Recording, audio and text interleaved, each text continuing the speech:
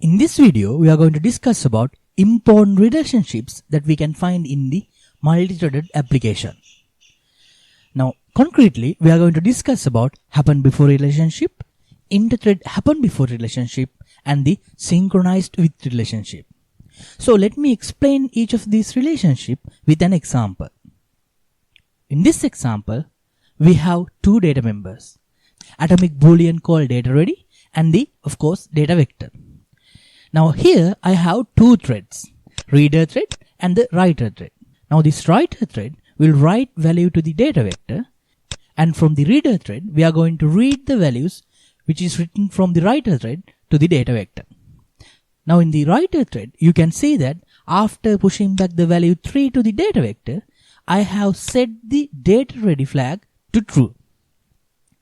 Now from the writer thread point of view, we know for a fact that pushing back value happened before the setting the data ready flag to true. Now this kind of relationship within the thread, we can call it as the happen before relationship. Now from the reader thread point of view, we know that it has to execute this while loop before it printing out data vector's value to the console. Therefore in the reader thread, we can call it that this while loop happened before the outputting value to the console. Now this kind of guaranteed inside a single thread, we can call it as a happen before relationship. By means of this data ready flag, we achieve another relationship here. Because we know that data ready flag is initially set to false and we are setting it only in the writer thread. Now therefore, we have the guarantee that this while loop will execute until writer thread sets its value to true. By means of this data ready flag, what we are achieving here is the synchronization.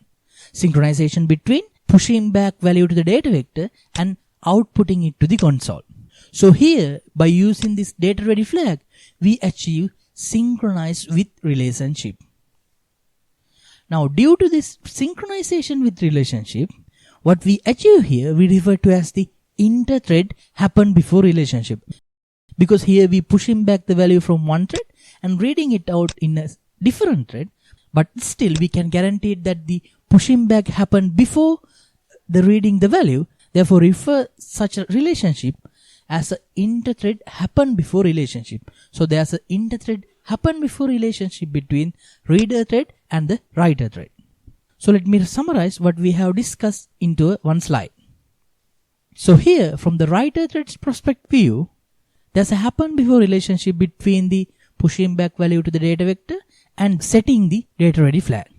And also from the reader thread perspective view, we know that this while loop will execute before data vector. So there's a happen before relationship between these two operations. Now by means of this data ready flag, we achieve the synchronized with relationship between pushing value to the data vector and the reading it out in the reader thread. So therefore, there's an interthread happen before relationship between these two threads.